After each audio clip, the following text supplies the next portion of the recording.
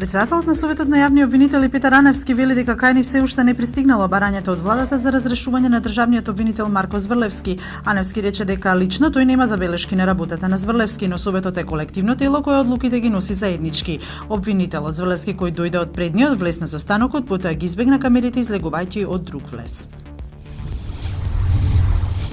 УНЕСКО го објави извештајот за степенот на зачуваност во подрачјата прогласени за светски наследства, во кои состојбата на Охрид е оценета како се поранлива, а главна причина за можната деградација се предвидените инфраструктурни проекти.